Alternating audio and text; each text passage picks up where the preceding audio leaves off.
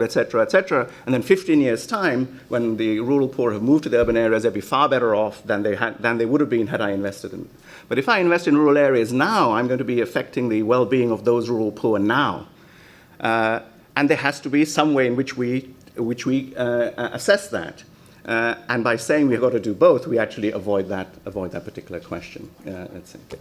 So I think it's a call for analysts as much as in the policy discourse as well. Similarly, well, I'll come back to the formal informal thing later on. There's an important point I want to make there as well, but let me leave it at that. And I hope you'll conversation. So raise your hand if you have a question.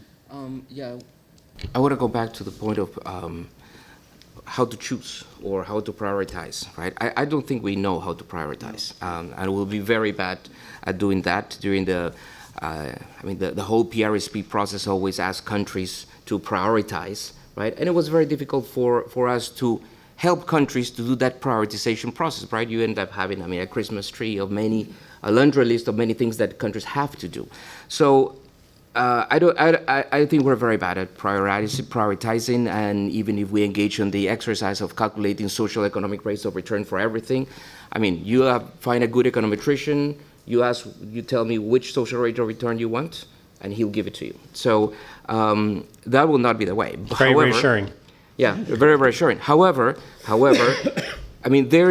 are different. At the end of the day, this ends up being a political process, and the question is what enters into that political discussion. And I would say that one thing that, for instance, with this discussion of shared prosperity, one could think of in terms of deciding is it rural roads or is it urban infrastructure, is that saying, well, in which case we are leveling the playing field or we are equalizing opportunities, right?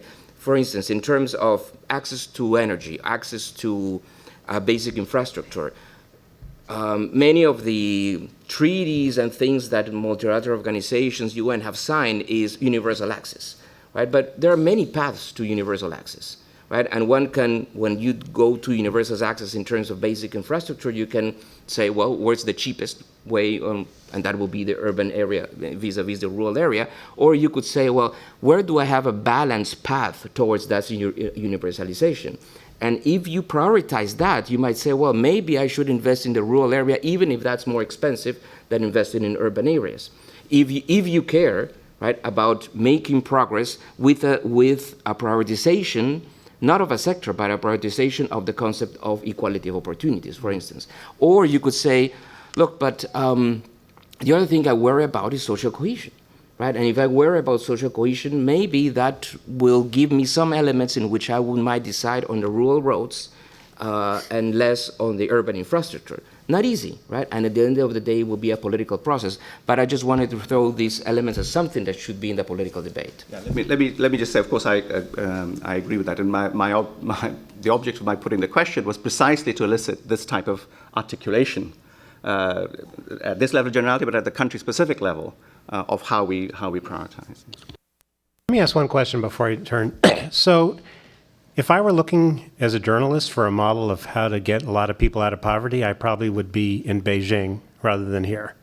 So is there anything that we can learn from what has happened in China in the last 30 years that is useful to reducing poverty in the rest of the world?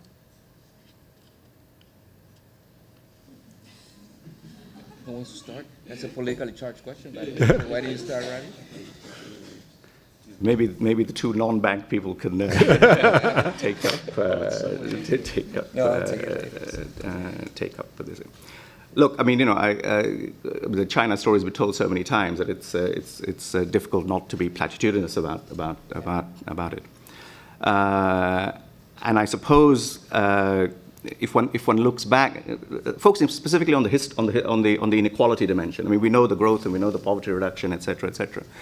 And as again, inequality has increased dramatically in China. 15 years ago, when some of us started working on this inequality issue in China, the sort of view, certainly in this institution and other places, was, why are you spoiling the party? Okay, we're growing at 10% per year. It's the best poverty reduction performance in history, and so on. Well, it changed 5-7 years ago when those of us who've been writing that then started being invited to meetings saying we've got to discuss this rising inequality type issue. particularly I've worked a lot on spatial inequality, spatial dimension inequality in China and elsewhere. And Bin Wong from Berkeley has sort of written a very interesting thing, that in fact the last 30 years of Chinese development may well be the exception rather of, if you like, lack of concern with distributional outcomes, maybe the exception rather than the rule. And sort of analysis of Qing dynasty, those sorts of historical records essentially show that it's hardwired in the Chinese bureaucratic DNA, the concern about spatial disparity. I mean, you can see why it's a sort of a big empire with vociferous tendencies being attacked from the thing. And as Bin Wong says, the response to a province and the outer regions wanting to break away was you first send in the army and then you send in the agricultural engineers. Okay, you send in the army, then you send in the irrigation. So this combination of development as a way of reducing inequality and keeping the thing in the is, according to Bin Wong anyway, of Berkeley, is hardwired in the Chinese thing. So in some sense, one would say from 1978 to roughly to the early 2000s was probably the exception, and we're now snapped back into the harmonious development type mode. So that's how I would. Michael, do you have any thoughts on that? Just anecdotal. I'll just build on Ravi's comment. About the question about urban versus rural.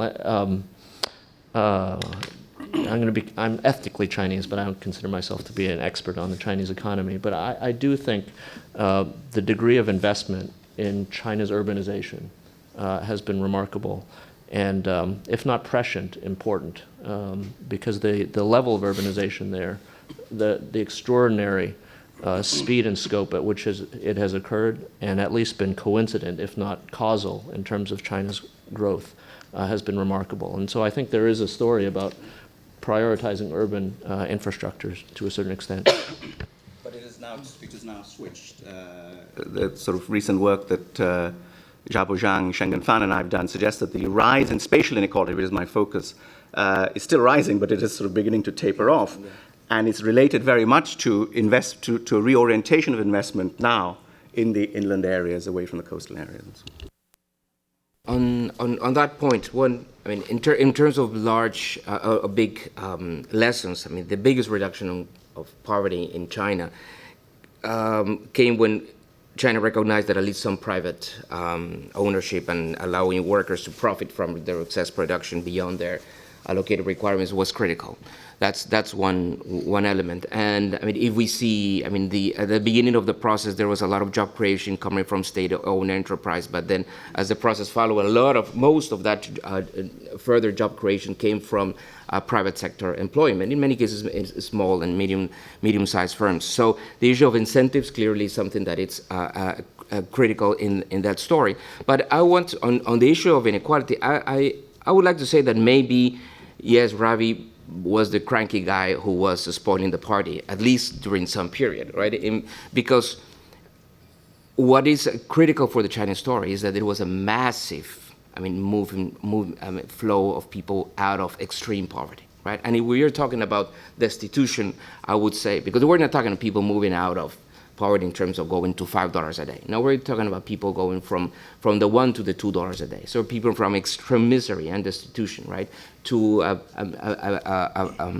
would say just a decent living standard. So, that should be a priority, I think. That movement, that massive movement out of poverty, and that happened in China, right? Of course, quickly, then you start running into issues of inequality that, in turn, implies that with these increases in inequality of opportunities that we see, eventually one could have problems with social cohesion, and that's why now that worry on the inequality fronts and the need of now shifting gears toward the harmonious society concept.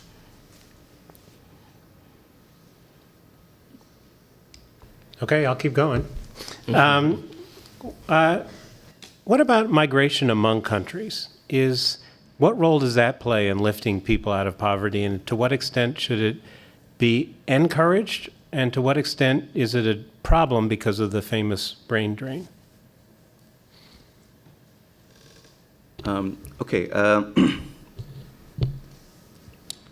So this is actually, it's a very, very interesting, very important question. And again, there's a distinction between impact on poverty and impact on inequality in terms of the empirical work that's been done. Just empirically, it's relatively clear that high levels of, this is focusing on international migration now, high levels of international migration are associated with reduction in poverty back home. I mean, it would be very surprising if it wasn't, okay? These people are increasing their income by several fold, and then there's remittances going back, etc. So that, I think, is relatively well established. What's less well established is actually the impact on inequality domestically. Because if, in fact, migration is selective, in the sense that they're already relatively better off, relatively better educated are the ones who migrate, and there seems to be some evidence for that. And then the remittances are going back to the same position, higher level in the income distribution, then that you can see how that could lead to an increase in domestic. On the other hand, over a medium term, this could change. And so the evidence, so the literal empirical evidence is that in the short run, international migration, in the short and long run, international migration reduces poverty. In the short run, it increases inequality, but in the medium term, it's not clear whether it does or not. So overall, I would say it's a good thing. Then on the brain drain issue, again, the conventional view in the 1970s and 1980s was exactly, you have the doctors and whatever leaving, etc. In recent years, a new view has developed, which is the so-called brain gain hypothesis, which is the following. In order to have the probability of migrating, given this selectivity of migration in terms of education, you have to acquire a certain level of skills in education in order to be even eligible for the migration lottery, so to speak. I know in many countries it's literally a lottery, but I'm thinking metaphorically. Okay. So what happens is that people acquire that education in order to be eligible for the lottery. Only some of them, of course, succeed, but the rest stay behind, and the stock of education actually increases. So there's some empirical support for this as well. So international migration there seems to be now a move against the brain drain hypothesis towards the brain gain hypothesis, and there's some evidence for it. And I think I would be supportive of that. And given what Ravi just mentioned, I mean, clearly, I think the level of international migration that we have today is less than optimal. And if barriers to migration would reduce, coming from particularly developed countries, I mean, in the long run, I mean, anything could happen in the short run in terms of inequality. In the long run, that will foster more investments in human capital, and there will be an increase in agricultural welfare. Now, the other point I wanted to make is, in the short run, when you see what has happened to poverty in the last 10 years, income from remittances has not been a big factor in terms of explaining reductions in poverty. The main reductions in poverty has come from just increases in labor income. In a few countries in Eastern Europe, remittances have been extremely important, but that's just, there's spotty evidence in a few countries here and there. But overall, in the last decade at least, one tries to see what else behind the reductions in poverty was not income from remittances. Michael, you're the token private sector person here. So what's the role of the firm, the local firm and the multinational firm, in this notion of shared prosperity and lifting up the people at the bottom? Well, let me come to that question. I do think that part of the story about brain drain or not is the dynamism around people leaving and then coming back. Certainly anecdotally, where I live around Silicon Valley, there are lots of people who have come. Clearly, U.S. immigration sends a lot of people back that perhaps the U.S. Wouldn't necessarily want to leave the country after educating them highly. But even highly successful folks, go to other countries, become educated, oftentimes quite successful in business, and then choose to return. All sorts of interesting human stories behind that too, and in terms of the breadwinner wanting to return to the original country, and the spouse is actually not wanting to leave the comforts of the new life they've made. But so I think that the brain drain story becomes more complicated when you think about actual movement of even individual people back and forth. In terms of the role of the firm in in inequality. I mean, certainly this trend towards multiple bottom lines and corporate social responsibility, to use a perhaps well-worn and perhaps overly used term, is one that brings to mind the possibility of companies actually viewing as an objective goal the reduction of inequality, et cetera. Certainly, I think most of the incentives for the firm will drive growth, and in general would at least drive growth even of the lowest paid workers in the firm. But whether or not that continues to, or in some cases or in many cases, drive increasing inequality, looking purely at everyone working as neoclassical economic actors, there's certainly some potential for that to happen. Yeah. Ravi, you mentioned that there were parts of the report you disagreed with, so that was an invitation.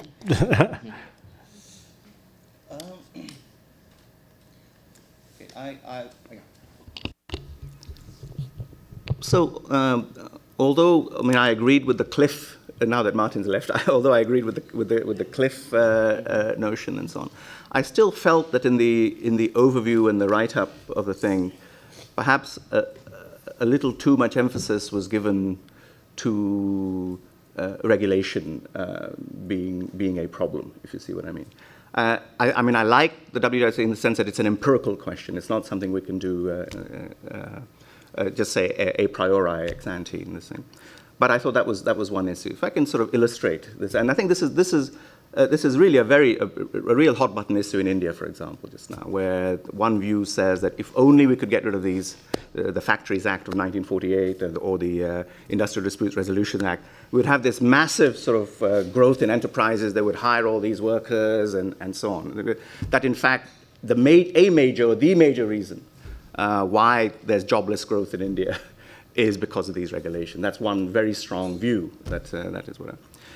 In fact, I have a quote here from The Economist, which in a review of Latin America, not of South Asia, but Latin, it said the following: "Thanks largely to baroque regulation, half the labor force toils in the informal economy, unable to reap the productivity gains that come from technology and greater scale." It's a beautiful sentence because it captures a description.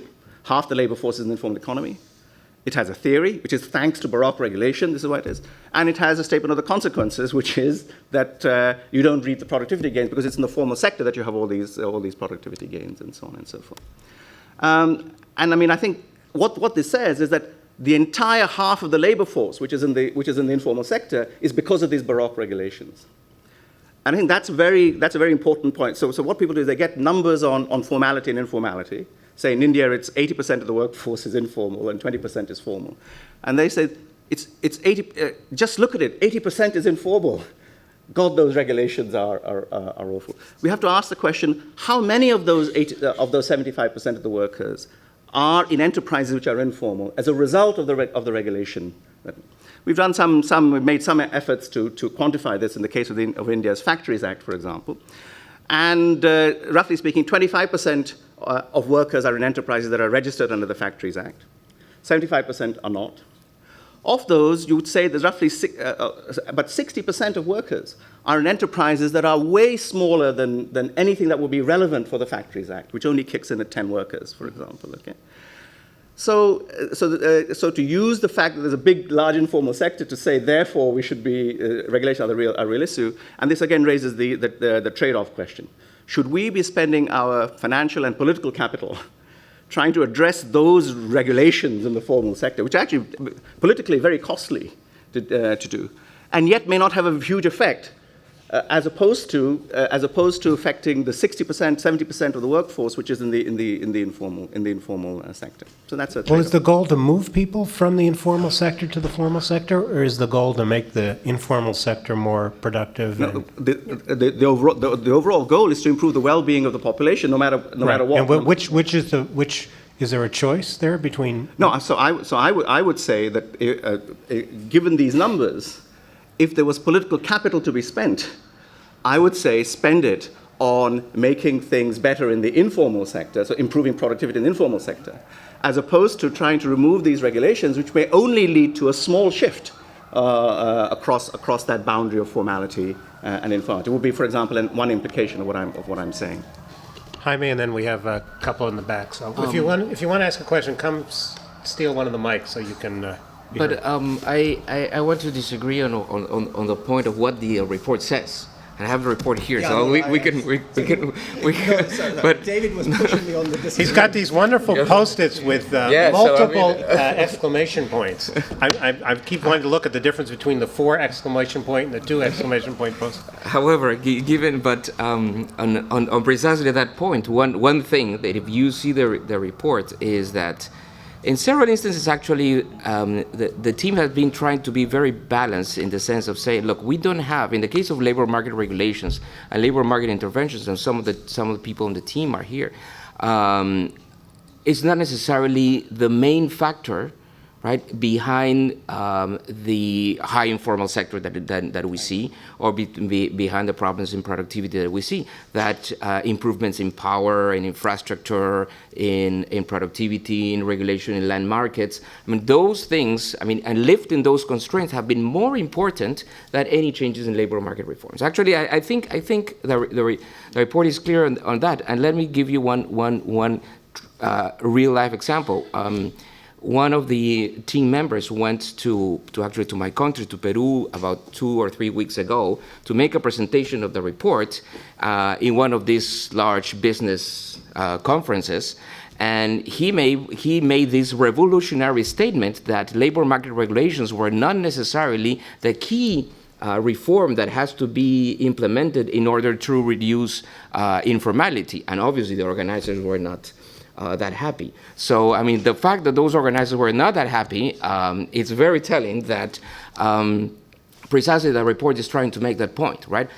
In theory, one would think, well, if there are a lot of constraints for hiring and firing, if I'm a large firm, I will reduce my labor demand. So, yeah, one would think in theory, yeah, probably constraints on the labor market, on the labor regulation side, will have deterrence on employment. But when we go to the empirics and we see what's the more important factor, we just don't see that, right? And I think at this point, there is kind of a consensus among labor market economists that one thing is the theory, but the other thing is what we do find in terms of the empirical analysis. Let me ask a practical question. I mean, last week we had a seminar on green growth, and you have lots of countries have these big mining developments, but also agricultural estates and what have you. And these things contribute to growth. But the ones that actually really contribute to development, and historically in the US in the late 19th century or in some countries currently, these are the ones that have the big agricultural estates, but also the backward and the forward linkages. And sure, that is nice to know, and you say, well, you can sort of improve education and training to encourage these backward and forward linkages. But at the end, it's sort of tempting to combine that with a rather blunt instrument and say, yes, we favor these big investments, mining or agricultural estates, provided they create backward and forward linkages, local content requirements. And I mean, I have a trade economist background, and I'm always a bit sort of hesitant to use these sort of things. I mean, we know how bad they turn out, but isn't this what we should, that we should combine a lot of our education and training and doing business reforms and so forth with some of these local content requirements, which is admittedly a regulation and maybe a blunt one, but I'm a bit sort of, I think that on average, we could gain from it, because otherwise the things are captured in the budget and disappear there, whether it's through corruption or through increased wages for education and health workers, which is nice, but which doesn't increase actual supply. Yeah, let me make one point on that. I think jobs, and it's something that I was mentioning this is part of the framework of the jobs report. Jobs, in order to be good for development, have to operate at least in 3 what they call transformations. One is that they have to be good in terms of improving living standards of people. They have, in order for that to be sustainable, there has to be increases in productivity, but jobs should also contribute to social cohesion. So if those three things happen, is that then jobs could reduce to an increase in welfare in a sustained and in a sustainable way, right? Now, when you were talking about the local content requirement issue, right? One is that is where one could think of, well, if we force mines to do that, right? Maybe in the short run, we are incurring in a cost because it might have been cheaper to bring those inputs from somewhere else, and in the short run, maybe it's a bad idea to have those local content requirement. But if one sees things with the medium-term framework, then imposing those local content requirements at a cost, which, knowing that there is a cost of doing it, might increase social cohesion because might imply that there is no increases on inequality in those communities, which is in many cases one of the big problems, right? You put the mine. The mine doesn't buy much things can buy some things in the community, but not at a large extent. There are no increases in jobs in the community, or no increases in productivity or in incomes in the community. So that implies problems in terms of larger inequality in that community. And 10 or 15 or 20 years later, when they are mining investments somewhere else, there will be a huge reaction against mining activity. So if one sees things into perspective, even knowing that one incurring a cost, then for those jobs to really be conducive to development in the medium term, then that local content required might be fine, right? But it's an issue of balance, right? One to see it's what's good for the community today, what's good for that in terms of in the short term, but also what's critical in the medium term. Don't have much to add on mining. There's a question, and there was someone else. Please. With the current population growth, especially in Southeast Asia, there's clearly a need for a huge number of jobs to be created, new jobs to be created, just to maintain the growth rates. I would like to hear your thoughts on where do you see those jobs, new jobs potentially coming from, and specifically the role of technology and innovation and new sectors emerging. Michael? Well, certainly, I think one of the things, David made reference to it before, which is that the increase in connectivity does allow competition to occur globally, and to the extent to which those countries will have a youth benefit and are able to educate people to a level of skill where they're competitive globally, they're likely to actually accrue a lot of, in many cases, knowledge-based jobs. So you see, for instance, call centers in the Philippines, and interesting things going on in terms of entrepreneurship and mobile and other sorts of industries such as that. Even to the extent to which you have, you might have heard of these radiologists called nighthawks, right? Why read a film in the U.S. when you could send them to a comparably trained physician elsewhere? So I think there's definitely a tremendous opportunity, presuming you can bring the skill level of those youth online to compete globally in knowledge-based industry. So I think that's a tremendous opportunity. Yeah.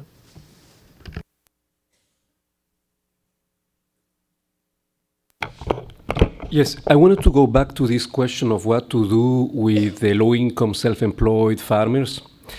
Actually, several countries are trying to implement programs to help these population groups, to training, including life skills training, business training, credit, advisory services, connecting them to value chains, etc. But then there is this debate, and I would like to know what you think about it, the three panelists, whether these interventions should be targeted to really the cream, even among the low productivity, those who really have the potential to be entrepreneurs, let's call them gazelles, they have the potential to grow. And for the others, you try to do something else, cash transfers, public works, that's one position. The other, that no, there are things you can do even with the majority, those who are not entrepreneurs, they don't even have the attitudes, the personality of an entrepreneur. What would be your, what would be your views? I would be interested.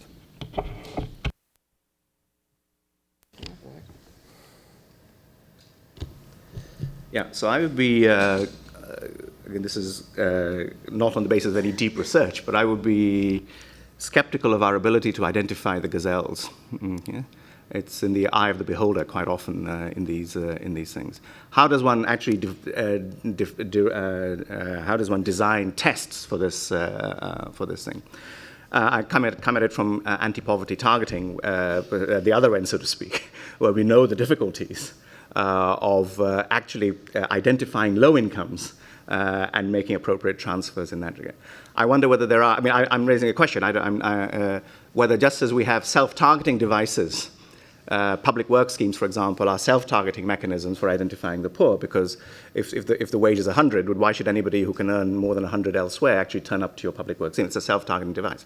Whether there are equivalent self-targeting devices on this side, that you design the incentive scheme in such a way that only those who we would guess will be entrepreneurially very gifted would turn up to this thing. And as I say, you can see the difficulties, I hope, of actually designing something along those lines. So I mean, but that's just an off the top of the head, not based on very deep research. What was your view? What would you choose if you had to choose? My own bias is that the majority of the people who we call entrepreneurs are really subsistence entrepreneurs. They are there because they don't have a choice. And if we choose to target these programs just to the cream, we are missing the majority of the population. And again, we can simply say for them we use cash transfers, or we'll try to do certain things that increase agricultural productivity, say on average. For me, that might not be enough. I think that there are certain interventions, more medium term, that could be used also to target the subsistence entrepreneurs.